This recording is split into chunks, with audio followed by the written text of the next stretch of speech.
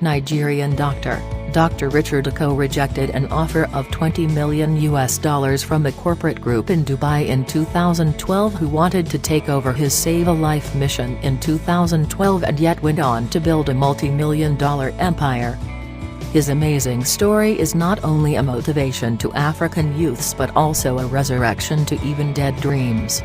Dr. Richard Okoye is the chairman of Save a Life Group, consisting of Life Medisoft Limited, a software developing company based in the USA, Save a Life Group of hospitals and ISO-certified groups of hospitals with zero hospital-acquired infection status, equipped with the first digital Cardiocare lab for heart, neuro and cardiovascular diseases, kidney dialysis and transplant facility, spine, orthopedic and painless minimal neuro-plasma surgeries, IVF and so on.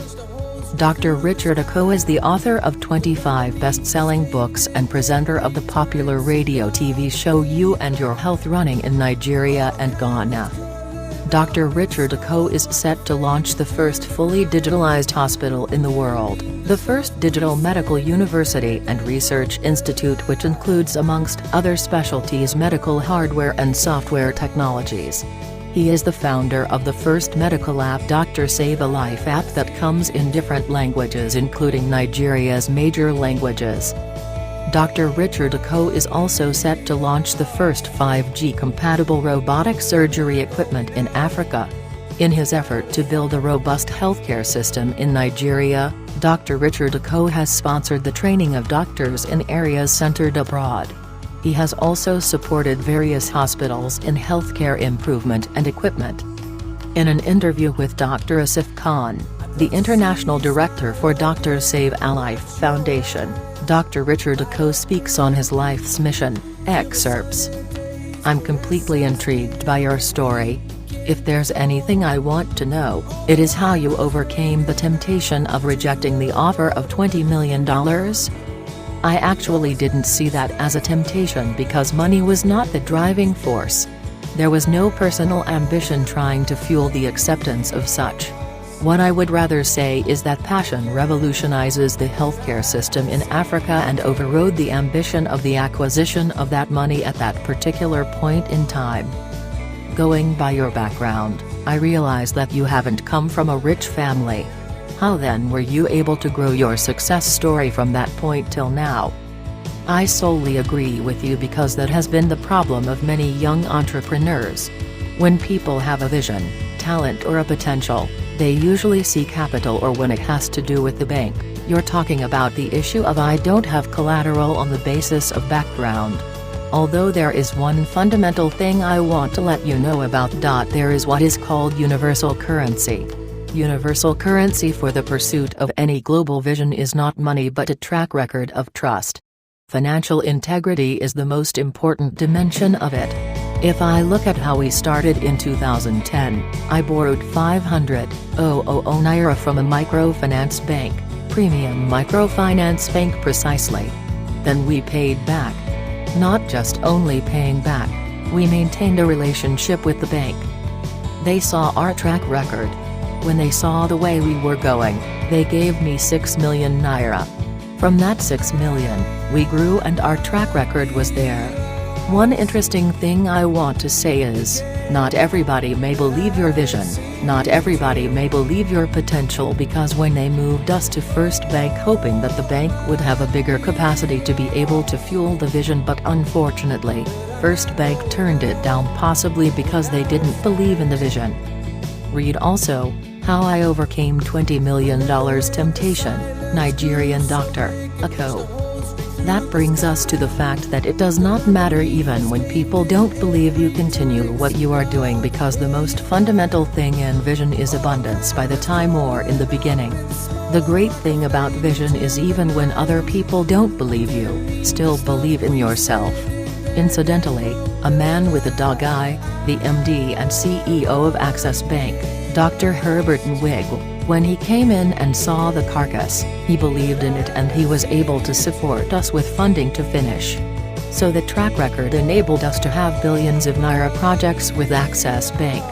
I didn't need to be the brother or know the CBN governor or know all the people in Aso Rock for me to have access to CBN. It had the same track record, the universal currency.